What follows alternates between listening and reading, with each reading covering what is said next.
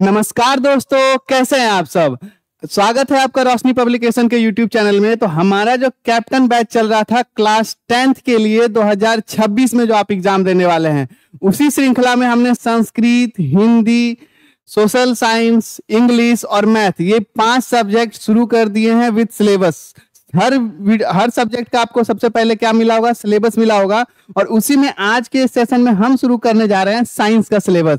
जब भी हम कोई सब्जेक्ट शुरू करते हैं, हमारा एक पूरा एक स्ट्रेटजिकली चल रहा है कि पहले सिलेबस को जानेंगे, हमारा क्या सिलेबस है, उसके बाद उस सिलेबस में क्या क्या पढ़ना है, उसको जानने के बाद वो सभी पॉइंट को, सारे चीजों को हम कवर करेंगे। तो आज के इस सेशन में हम क्लास 10th का 2026 का जो लेटेस्ट सिलेबस है बिहार बोर्ड का, वो हम देखेंगे। इसके अलावा आपका क्या एग्जाम पैटर्न होने वाला है, क्वेश्चन का पैटर्न क्या होने वाला है, उसके बारे में जानेंगे। कौन कौन सा बुक आपको यूज करना चाहिए, क्या पढ़ना चाहिए, किसमें से कितना पढ़ना चाहिए जिससे आप ज्यादा से ज्यादा स्कोर कर सके, वो सभी के बारे में जानकारी लेंगे। इस पूरे सिलेबस को देखने के बाद आपके पास एक ऐसा प्लान होगा, आपके पास एक ऐसा माइंडसेट आप खुद तैयार कर लीजिएगा जिससे आपको 90-95% प्लस स्कोर करने में आपको कोई भी प्रॉब्लम नहीं होगा। तो ज्यादा देरी नहीं करेंगे, स्वागत है आपका हमारे रोशनी पब्लिकेशन के कैप्टन बैच में। तो आज के इस सेशन में जो हम साइंस का जो सिलेबस देखने वाले हैं उस हम शुरू करते हैं। इससे पहले आपको मैंने हिंदी का सिलेबस हो गया, आपका मैथ का हो गया है, सोशल साइंस का हो गया है, इसके अलावा संस्कृत का भी हो गया, इंग्लिश का भी हो गया। अभी जो साइंस का जो चैप्टर आपका मैं बता रहा हूं, साइंस में आज के इस वीडियो में हम देखेंगे, किसमें देखेंगे, साइंस के बारे में हम पूरा आज देखने वाले हैं। तो इस प्रकार हमने पूरा 6 सब्जेक्ट आज हमारा कंप्लीट होगा और एक एक करके हम सभी सब्जेक्ट का, सभी चैप्टर का, सभी टॉपिक हम उठाने वाले हैं। एक एक करके ये आपको इसी चैनल पे मिलेगा, फ्री ऑफ कॉस्ट। कहीं जाने का जरूरत नहीं है आप लोग को। क्यों? क्योंकि देखिए, और सभी आप जैसे भी ऑनलाइन प्लेटफॉर्म पे जाएंगे, आपको वहां क्या होगा, 1-2 क्लास मिलती है और उन 1-2 क्लास करने के बाद आपको कहा जाता है कि आप हमारे इस बैच को परचेज कर लीजिए, सिर्फ इतने पैसे में आप हमारे ऐप पे आके पढ़िए। यहाँ पे इस यूट्यूब चैनल के माध्यम से आपको फ्री ऑफ कॉस्ट सारे सब्जेक्ट के सारे क्लास मिलने वाले हैं 2026 के लिए। आपकी कंप्लीट प्रिपरेशन के लिए रोशनी पब्लिकेशन आपके लिए है। तो चलिए बिना किसी देरी शुरू करते हैं आज का जो हमारा साइंस का सिलेबस है। सबसे पहले तो साइंस में हमारी एक ही बुक चलती है, जो कि ये हमारी है साइंस एनसीईआरटी की जो है। ये हमारा एक बुक में आपका क्या होता है, सबसे पहले साइंस का जो आपका 100 मार्क्स का होता है। अब बोलेंगे भैया 80 मार्क्स का ही होता है। 80 मार्क्स का आपका लिखित एग्जाम होता है। एक एक पॉइंट को हम लोग देखेंगे, क्या कोई भी पॉइंट हमसे छोड़ेंगे नहीं। जो 100 मार्क्स का जो साइंस होता है उसमें 80 का जो होता है क्या, लिखित परीक्षा होता है, और फिर प्रायोगिक परीक्षा आपका 20 मार्क्स का। सोशल साइंस और साइंस में आपका 20-20 मार्क्स का प्रैक्टिकल होता है, जो कि आपका इंटरनल मार्किंग होता है, आपके स्कूल के द्वारा दिया जाता है वो मार्क्स। ठीक है, तो क्या होगा, आपका 80 मार्क्स का जो लिखित परीक्षा होगा और प्रायोगिक परीक्षा, इन दोनों पे हम बात करेंगे कैसे आप क्या लिखेंगे, कैसे लिखेंगे जिससे आप इन दोनों में आपको फुल मार्क्स मिल सके, इन दोनों सब्जेक्ट में आपको फुल मार्क्स मिल सके, इसकी पूरी गारंटी हम लेते हैं। तो चलिए ज्यादा देरी नहीं करेंगे, साइंस के जो हमारे सिलेबस को शुरुआत करते हैं। सबसे पहले साइंस में 3 subject, physics, chemistry and bio, और 80 मार्क्स का जो आपका लिखित परीक्षा होगा। सबसे पहले हम लोग लिखित परीक्षा के बारे में बात करेंगे। तो 80 मार्क्स में किस किस सब्जेक्ट से कितना कितना मार्क्स का आता है, तो ज्यादा नहीं, तीनों सब्जेक्ट का वेटेज ऑलमोस्ट बराबर है। तीनों सब्जेक्ट का वेटेज क्या है, ऑलमोस्ट बराबर है। चूंकि देखिए 81 का नहीं है, नहीं तो 27 तीनों को मिल जाता, लेकिन जीव विज्ञान 26 नंबर का होता है, इसीलिए। बाकी रसायन शास्त्र, भौतिकी, केमिस्ट्री और फिजिक्स आपका 27 नंबर का पूछा जाता है, और बायो आपका 26 नंबर का। टोटल मिला के 80 का आपका जो क्या होता है, टोटल मार्क्स होता है जो आपका लिखित परीक्षा का होता है। एक एक करके सभी का टॉपिक के बारे में समझेंगे। एक ही बुक होता है आपका, यही जो बुक है साइंस का क्लास 10th के लिए, इसी बुक में आपका फिजिक्स भी होता है, केमिस्ट्री भी होता है, बायो भी होता है। हम आगे अभी डिस्कस करेंगे कि कौन कौन सा चैप्टर आपका फिजिक्स में है, कौन कौन सा चैप्टर आपका केमिस्ट्री में है, कौन कौन सा चैप्टर आपका बायो में है। हमारे पास अभी बिहार बोर्ड का पूरा सिलेबस है, जो आपका ऑफिशियल सिलेबस है। इसके एक एक टॉपिक को हम आज डिस्कस करने वाले हैं, तो जुड़े रहिएगा। अभी तक आपने हमारे इस चैनल को सब्सक्राइब नहीं किया है, इस चैनल को सब्सक्राइब करके बेल नोटिफिकेशन दबा लीजिएगा, ताकि आगे आने वाला सारा क्लास आपको टाइम टू टाइम मिलते रहे। तो ज्यादा देर नहीं करेंगे। और इसके अलावा अभी आपके जो भी दोस्त हैं 2026 में जो एग्जाम देने वाले हैं, उन सबको ये वीडियो जरूर शेयर कर दीजिएगा, ताकि आपको और उनको दोनों को इस वीडियो से हेल्प मिल सके। चलिए तो शुरू करते हैं। केमिस्ट्री हमने इतना तक जान लिया, आगे हम लोग जानेंगे केमिस्ट्री में कहां कहां है, कौन कौन सा चैप्टर है। सबसे पहले मैं बता देता हूं आपका जो साइंस का बुक है वो चैप्टर 1, 2, 3, 4, 5, पहला 5 चैप्टर केमिस्ट्री का है। पहला 5 चैप्टर कौन सा आपका? फर्स्ट 5 चैप्टर आपका केमिस्ट्री का होने वाला है। तो जब भी आप साइंस का बुक ओपन कीजिएगा तो उसका पहला 5 चैप्टर आपको केमिस्ट्री मिलने वाला है। तो सबसे पहला चैप्टर क्या है? रासायनिक अभिक्रिया एवं समीकरण। आपका पहला चैप्टर में रासायनिक अभिक्रिया एवं समीकरण आता है, जिसमें आपको क्या क्या रासायनिक समीकरण आपको इसमें पढ़ने हैं। क्या करना है? रासायनिक समीकरण पढ़ने हैं। इसके बाद रासायनिक अभिक्रियाओं के प्रकार पढ़ना है, संयोजी अभिक्रिया, वियोजन अभिक्रिया, उभय विस्थापन अभिक्रिया, बहुत सारी अभिक्रियाओं के प्रकार होते हैं, उन सभी के बारे में आपको पढ़ना है। और इन अभिक्रियाओं के प्रकार से हर साल आपका एक क्वेश्चन पक्का होता है। ठीक है, क्या होता है? एक क्वेश्चन आपका पक्का होता है। तीसरे नंबर में आप करेंगे इन अभिक्रियाओं के आपके दैनिक जीवन में क्या उपयोग है, इन सभी के बारे में आप चैप्टर 1 में पढ़ने वाले हैं। फर्स्ट चैप्टर जो आपका होने वाला है रासायनिक अभिक्रिया एवं समीकरण में आप इन सभी को पढ़ने वाले हैं। क्या करेंगे? फर्स्ट चैप्टर में आपका ये सभी आने वाले हैं। आगे एक एक करके हमारे साथ इस चैनल पे जुड़े रहेंगे। इसी चैनल पे आपको इन सभी चैप्टर को पढ़ाया जाएगा एक एक करके। आप 2026 से पहले हम आपको ये पूरा चैप्टर खत्म करके देने वाले हैं। टाइम से पहले आपका सिलेबस कंप्लीट होगा। आपको ऑब्जेक्टिव प्रैक्टिस मिलेंगे। इसके अलावा आपका short type answer, long type answer, मतलब एक कंप्लीट प्रिपरेशन आपको इस चैनल के माध्यम से मिलने वाली है। ठीक है, आगे हम बढ़ते हैं। आपका अम्ल, क्षार एवं लवण, एसिड बेस एंड आपका लवण, सॉल्ट होता है आपका। क्या होगा? सेकंड चैप्टर की बात करें तो अम्ल, क्षार एवं लवण, इसमें भी बहुत सारे टॉपिक्स हैं जिसको हम लोग कवर करने वाले हैं, जिसमें आपका इसके अम्ल एवं क्षार के रासायनिक गुणधर्म पढ़ेंगे, जो आपका रासायनिक गुणधर्म क्या है। इसके अलावा आप क्या पढ़ेंगे? उसमें सभी अम्ल एवं क्षार में क्या सिमिलैरिटी है, क्या डिफरेंस है, क्या यूज है, इन सभी के बारे में हम लोग पढ़ने वाले हैं। अम्ल और क्षार को मिलाने से क्या मिलता है, दो अम्लों को आपस में मिला देंगे तो क्या होगा। बहुत सारी अभिक्रियाएं हम इसमें भी पढ़ने वाले हैं। उसके अलावा आप दोनों के विलयन कितने प्रबल होते हैं, कौन से प्रबल विलयन होते हैं, प्रबल विलयन को सांद्र बनाने के लिए क्या करना पड़ता है, सांद्र को प्रबल करने के लिए क्या करना पड़ता है। तो ये सारे टॉपिक हम इसी चैप्टर में कंप्लीट करेंगे, केमिस्ट्री में कंप्लीट करेंगे। और इन दोनों के बीच, अम्ल एवं क्षार के बीच जो होता है क्या संबंध होता है, इन सभी के बारे में हम लोग समझेंगे। इसके अलावा हम संचारण के विषय में भी समझेंगे। एक एक करके हम सारा टॉपिक हम कवर करने वाले हैं इस सेकेंड चैप्टर में, अम्ल एवं क्षार के। तो सेकेंड चैप्टर आपका केमिस्ट्री में जैसे ही खत्म होगा, third of chapter metal and non metal, धातु एवं अधातु के बारे में पढ़ेंगे। थर्ड चैप्टर आपका साइंस का आने वाला है। तो इस थर्ड चैप्टर में आपको क्या मिल जाएगा? सबसे पहले आपको थर्ड चैप्टर में मिलने वाला है जो आपका भौतिक गुणधर्म होते हैं, उन सभी के बारे में जानकारी मिलेगा। उसके अलावा आपको धातु एवं अधातु को कैसी अभिक्रियाएं होती है, दो धातु एवं अधातु के बीच की अभिक्रियाएं क्या होती है। क्योंकि देखिए धातु क्या होती है, ज्यादा जो ऑक्सीजन के संपर्क में आता है, वो सभी के बारे में आप जो टॉपिक होते हैं वो सभी आपका इसमें कंप्लीट होने वाला है। ठीक है, धातुओं की प्राप्ति कैसे होती है, धातु कैसे बनते हैं, तो ये सभी चीजें आपको इसी में, नॉन मेटल का भी आपका, अधातु के भी गुणधर्म के बारे में भी चर्चा होगी। संचारण भी आपका इसमें समझा जाएगा। जो आपका जंग लग जाते हैं बहुत सारे धातु में, बहुत सारे धातु में जंग नहीं लगते हैं, अधातु उसमें क्या किया जाता है जिससे जंग नहीं लगता है। तो ये सभी एक एक छोटा छोटा टॉपिक, जो भी आपके टॉपिक्स होंगे थर्ड चैप्टर का जो होता है धातु एवं अधातु, आपको पढ़ना होगा। आगे बढ़ाते हैं, कार्बन एवं उसके यौगिक। कार्बन एवं उसके यौगिक के बारे में पढ़ेंगे चैप्टर 4 में। आपका बात करें कार्बन के आपको आबंधन सह संयोजिक संबंध, मतलब कार्बन की जो बॉन्डिंग होती है वो हम इसमें समझेंगे। क्या करेंगे? कार्बन एवं उसके यौगिक में कार्बन की जो बॉन्डिंग होती है उसके बारे में समझेंगे। इसके अलावा सर्वतोमुखी प्रकृति, कार्बन की जो सर्वतोमुखी होती है, सर्वतोमुखी मतलब वो बॉन्ड करने के लिए कहीं से भी जुड़ा सकता है। कार्बन क्या होता है? कार्बन की जो स्ट्रक्चर होता है ये होता है, कहीं से भी आपका यहाँ हाइड्रोजन या फिर आपका double bond, triple bond, carbon सभी तरह के बॉन्ड बना सकता है। ठीक है, संतृप्त एवं असंतृप्त कार्बनिक यौगिक के बारे में पढ़ेंगे। इसके अलावा आपका कार्बनिक यौग के रासायनिक गुणधर्म के बारे में पढ़ाएंगे। इसके क्या क्या रासायनिक गुणधर्म क्या होते हैं। कार्बनिक यौगिक मतलब कार्बनिक यौगिक के बारे में एक अच्छा से आपका ब्रीफली जानकारी क्लास 10 के 4th चैप्टर में आपको मिलेगा। इसको भी हम लोग अच्छे से कंप्लीट करेंगे। तत्वों का आवर्ती वर्गीकरण, उसके बाद बात करें आपका 5th चैप्टर की जो केमिस्ट्री का होने वाला है। इसी केमिस्ट्री में यही 5 चैप्टर में आपका कितना 27 नंबर आपका आने वाला है। कितना मार्क्स आने वाला है? 27 नंबर 5 चैप्टर से आने वाला है। तत्वों का आवर्ती वर्गीकरण आपका 5वां चैप्टर होने वाला है।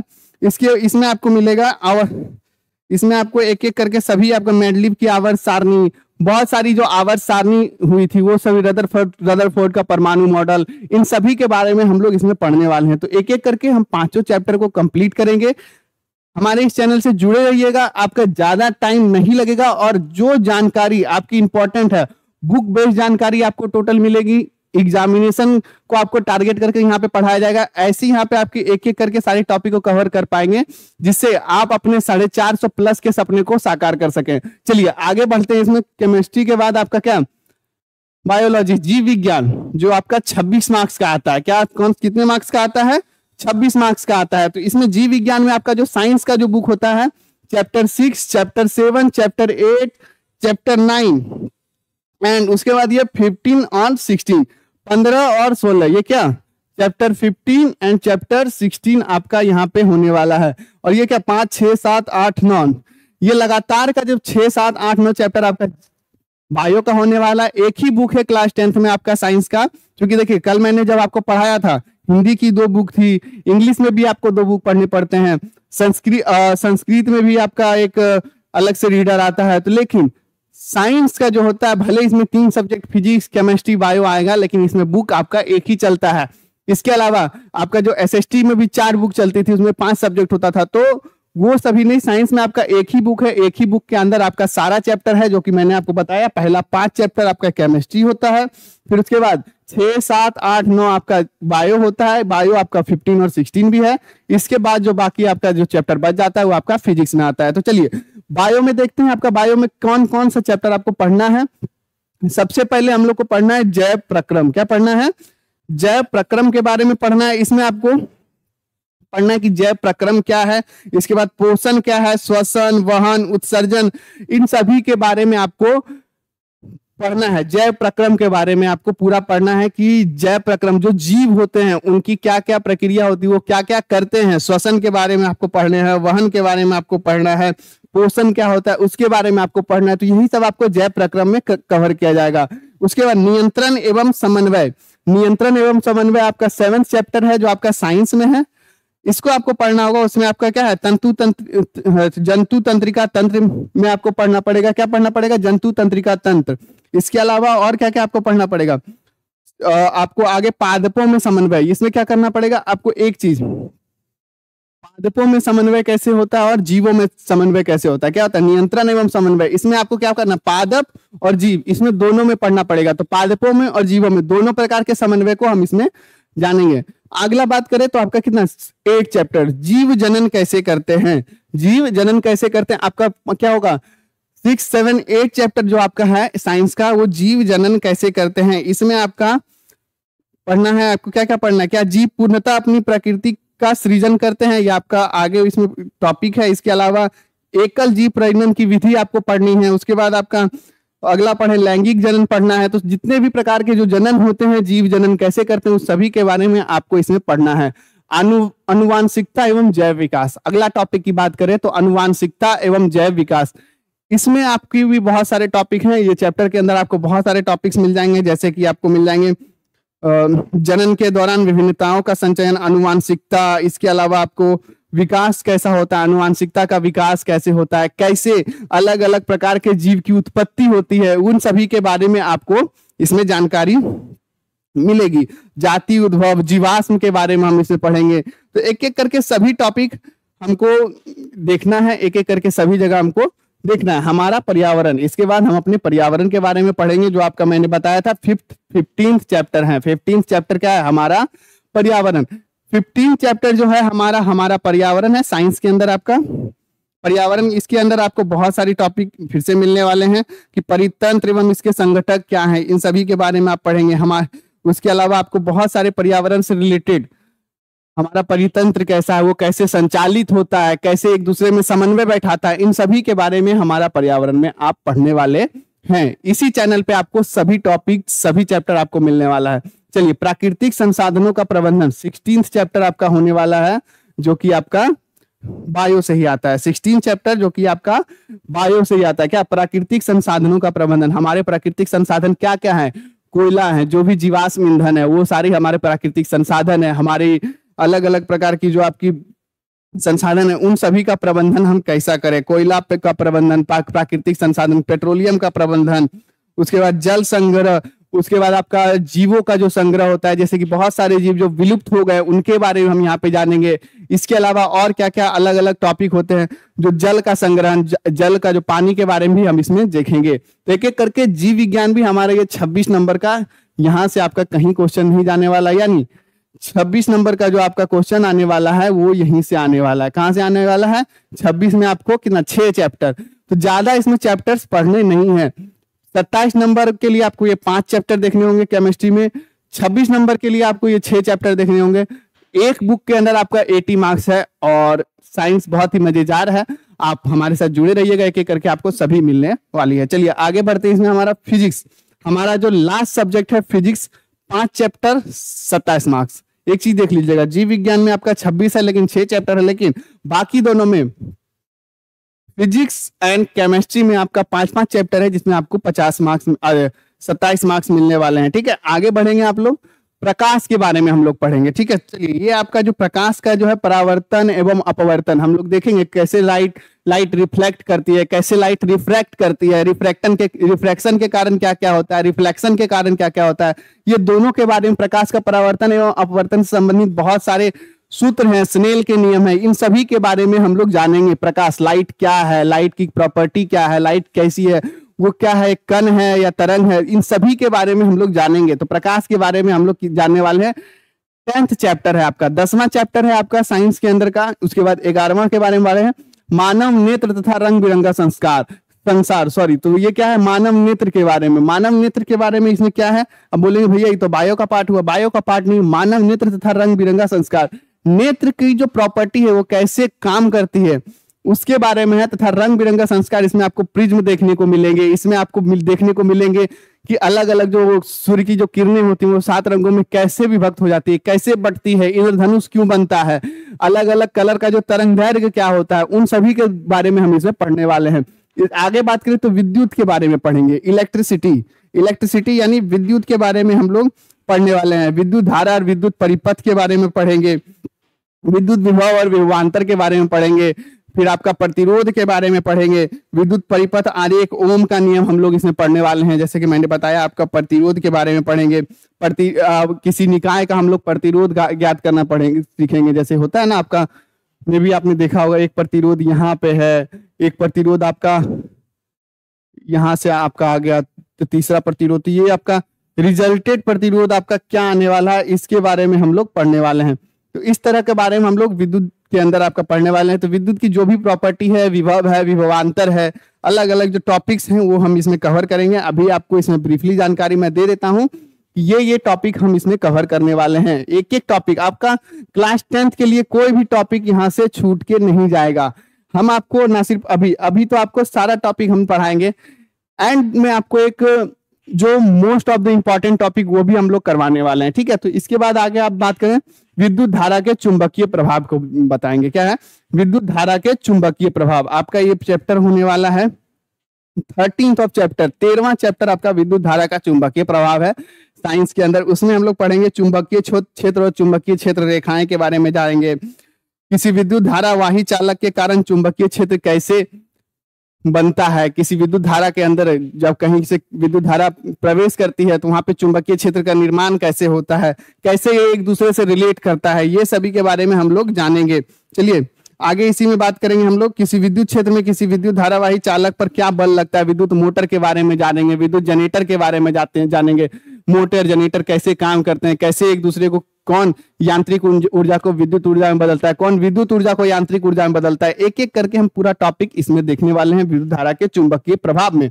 उसके बाद हम लोग अगला फिजिक्स का जो लास्ट होगा ऊर्जा, एनर्जी के बारे में जानेंगे। क्या किसमें जानेंगे? एनर्जी के बारे में हम जानेंगे कि ऊर्जा ना ही उत्पन्न होती है ना ही खत्म होती है, एक रूप से दूसरे रूप में बदला जाता है। ये सब हम इसी में पढ़ने वाले हैं। आगे इसमें क्या बोलेंगे, ऊर्जा के बारे में आप इसमें पढ़ने वाले हैं। तो इसमें आपका आने वाला है ऊर्जा के स्रोत क्या क्या है, हमारे कहाँ कहाँ से हम लोग को एनर्जी मिल सकती है, किन किन धातुओं से एनर्जी मिलती है, सनलाइट से कैसे एनर्जी मिलती है, उसे कैसे हम लोग ज्यादा से ज्यादा यूज कर सकते हैं, जीवाश्म ईंधन है, तापीय ऊर्जा है, जीवाश्म ईंधन का उपयोग कैसे ऊर्जा का विकास में कर सकते हैं। फिर तापीय ऊर्जा जो होती है उसके बारे में, जल विद्युत संयंत्र यानी जो आपका जल से यानी बड़े बड़े जलाशयों से जो बांध बनाकर जो होता है उससे कैसे ऊर्जा हम लोग उत्पन्न करते हैं। इसके अलावा ऊर्जा के परंपरागत एवं गैर परंपरागत स्रोतों के बारे में भी हम लोग इसमें पढ़ने वाले हैं। एक एक करके पूरा कंप्लीट करेंगे। कंप्लीट आपका इसमें से 80 नंबर आपका इसमें से आने वाला है। इन कितना चैप्टर आपका हो गया कुल मिला के 5 फिजिक्स के, 5 केमिस्ट्री के और 6 बायो के चैप्टर, कुल मिला के आपका 16 चैप्टर में आपका 80 नंबर है। और ये आपका हर एक पोर्शन से आपका है।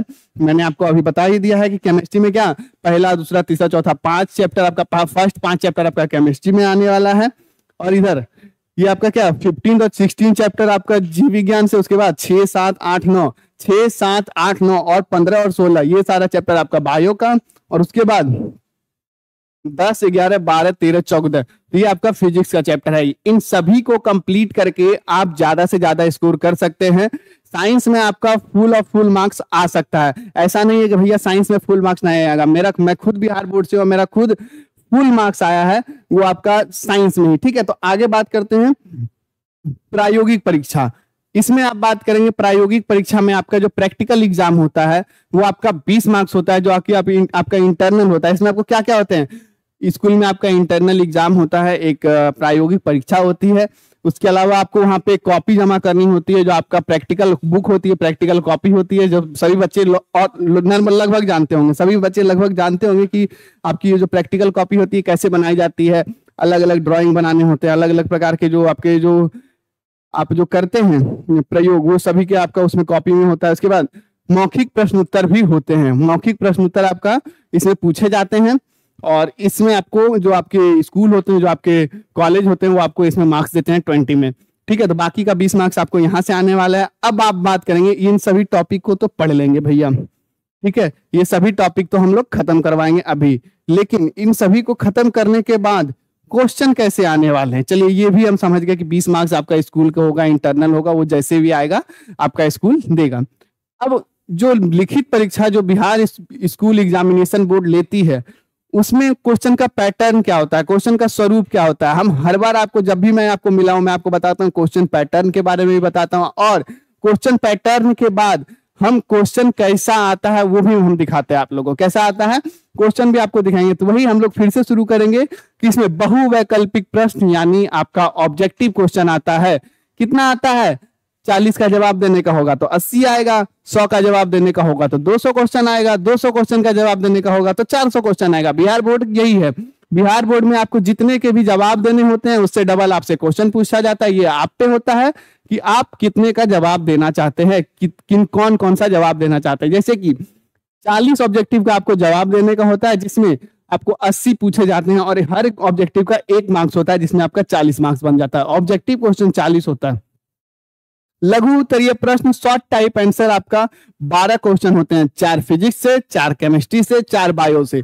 12 क्वेश्चन होते हैं, 2 मार्क्स पर ईच क्वेश्चन, तो आपका कितना 24 नंबर आपका बन जाता है। दीर्घ उत्तरीय प्रश्न आपके 3 पूछे जाते हैं। कितने पूछे जाते हैं, 3 दीर्घ उत्तरीय प्रश्न होते हैं, जिसमें फिजिक्स का जो दीर्घ उत्तरीय होता है वो 6 मार्क्स का होता है, केमिस्ट्री और बायो का 5-5 मार्क्स का होता है। तो कुल मिला के आपका इसमें भी 16 बन गए, तो 40, 24 और 16 कुल मिला के आपका 80 मार्क्स यहाँ से आपका होता है। ज्यादा अच्छे से नहीं समझ में आ रहा तभी मैं आपको क्वेश्चन भी दिखा देता हूं कैसे आपका एक एक करके आएगा। ठीक है, शायद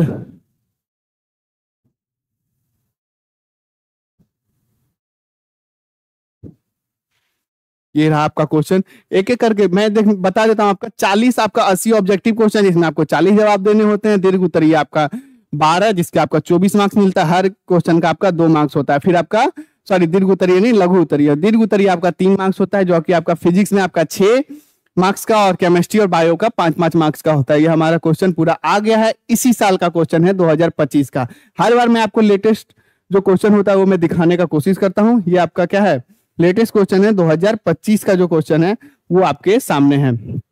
एक बार इसको क्लियर हो जाने दीजिए। हाँ जी, तो ये हमारा 2025 का बिल्कुल लेटेस्ट क्वेश्चन है। इस साल जो आया था डी सेट का, साइंस में जो आपका टोटल 80 मार्क्स का जो एग्जाम होता है वो किस तरह 2025 का क्या क्वेश्चन पैटर्न रहा है, ये लेटेस्ट जो है वो आपको मैं दिखाने जा रहा हूं। तो इसी प्रकार का क्वेश्चन पैटर्न आपको 2026 में भी देखने को मिलेगा।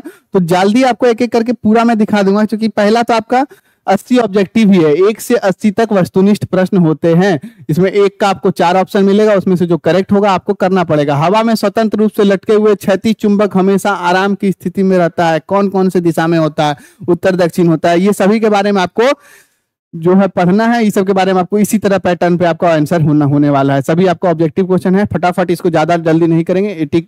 80 आपका इसी तरह टोटल 80 क्वेश्चन आपका होने वाला है, फटाफट इसको निकाल सकते हैं आप। टोटल 80 में से 40 क्वेश्चन आपको OMR सीट दिया जाता है, उसी OMR सीट पर आपको 40 क्वेश्चन, फर्स्ट 40 क्वेश्चन आपको रखने होते हैं। अगर आप 40 से ज्यादा कलर करके आते हैं, 40 से ज्यादा OMR पे जवाब दे के आते हैं, तो आपका जो पहला 40 होता है उसी का जो होता है वहां पे मूल्यांकन होता है, उसी को आपका चेक होता है। उससे आगे आप कितना भी सही दे दें या फिर कितना भी गलत दे दें, उसका आपका यहाँ पे नहीं होता है। चलिए आगे बढ़ते हम लोग 63 में पहुंच गए हैं। इसके बाद आपका जो सब्जेक्टिव होता है वो किस प्रकार होता है, ये देख रहे हैं आप 74, 75, आपका टोटल 80 क्वेश्चन यहाँ से पहला आपका जो आपको जो है क्वेश्चन पेपर में आपको ऑब्जेक्टिव ही देखने को मिलता है। यहाँ पे क्या मिलता है, ऑब्जेक्टिव ही देखने को मिलता है। ये आप देख सकते हैं 80 नंबर तक आपका ऑब्जेक्टिव है। इसके बाद आप आगे बढ़ेंगे, खंड वो आ जाता है यहाँ पे सेक्शन बी, भौतिक शास्त्र यानी फिजिक्स। फिजिक्स आपको सबसे पहले आपको क्या बोलते हैं, सेक्शन बी में आपको देखने मिलेगा सबसे पहले लघु उत्तरीय प्रश्न। जैसे कि मैंने आपको बताया था 4 4 4 तीनों में, फिजिक्स, केमिस्ट्री, बायो, इन सभी में आपको 4 क्वेश्चन कौन सा शॉर्ट आंसर टाइप देखने को मिलेंगे। कौन सा शॉर्ट आंसर टाइप आपको 4 क्वेश्चन देखने को मिलेंगे, और हर क्वेश्चन का 2 मार्क्स होता है। आप यहाँ देख लीजिएगा 4 क्वेश्चन। अब यहाँ पे देखिए 4 आपको देना है जवाब, कितना क्वेश्चन दिया हुआ है, 8 क्वेश्चन दिया जाएगा। डायनेमो क्या है, इसके उपयोग, 8वां नंबर क्वेश्चन है। तो ये क्या है, अभी तक आपका फिजिक्स का जो है 4 देना है, जिसमें आपका 8 क्वेश्चन होते हैं। इन 8 में से 4 आप पिक करके किसी का भी आंसर दे सकते हैं। इसके बाद आपका एक लॉन्ग आंसर होता है फिजिक्स में ही। लॉन्ग आंसर का देखिए आपका कितना मार्क्स है, 6 मार्क्स है। फिजिक्स का आपका लॉन्ग आंसर का 6 मार्क्स होता है, बाकी केमिस्ट्री और बायो का आपका कितना 5 मार्क्स का होता है। आगे बढ़ते हैं हम लोग, इसमें भी आपका long answer, long type, long में जो है आपका 2 क्वेश्चन है, 2 में से किन्हीं एक का देना है। इसके बाद आपका केमिस्ट्री आता है। केमिस्ट्री में भी आपका 4 जो है आपका यहाँ पे दिख जाएगा, 4 जवाब देना होता है, 8 क्वेश्चन दिए होते हैं शॉर्ट आंसर टाइप यानी लघु उत्तरीय प्रश्न। इसी तरह आपका देख लीजिएगा 8 तक था ना, यहाँ देखिए आपका 16 तक क्वेश्चन होगा, 16 तक क्वेश्चन है। उसके बाद सॉरी 8 वो था ना, उसके बाद 2 10, 10 के बाद आपका 18 तक 8 क्वेश्चन आपका यहाँ पे। और उसके बाद दीर्घ उत्तरीय प्रश्न, एक आपका दीर्घ उत्तरीय प्रश्न होने वाला है केमिस्ट्री में, जो कि आपका 5 मार्क्स का होता है। लघु उत्तरीय 4 प्रश्न 2 मार्क्स का। तो क्या आपका सब्जेक्टिव में आपका 13 मार्क्स का केमिस्ट्री हो गया। आगे इसमें बढ़ते हैं, फिर से आप अंदर चला गया, हाँ बायो में जीव विज्ञान की बात करें, आपका जीव विज्ञान में आपका फिर से वही 4 जो होता है शॉर्ट आंसर टाइप, 4 लघु उत्तरीय प्रश्न, जो कि आपका 8 होता है, और इसमें से 4 का देना होता है। इसके बाद एक दीर्घ उत्तरीय प्रश्न 5 नंबर का आपका होता है। तो ये पूरा आपका क्वेश्चन है जो आपका 2025 में आया था। इसी पैटर्न पे आपका 2026 में क्वेश्चन आने वाला है, बिल्कुल इसी तरीके से, जिस पोर्शन से जैसे मैंने आपको बताया, 1 नंबर का भी इधर उधर नहीं है। 2000 जो आपका 27 आपका फिजिक्स और केमिस्ट्री में होता है, 26 आपका बायो में होता है। इन सभी का आपका टोटल 80 के बाद प्रैक्टिकल। तो यहाँ तक आई होप आपको पूरा सिलेबस समझ में आ गया होगा। आई होप आपको पूरा सिलेबस समझ में आ गया होगा।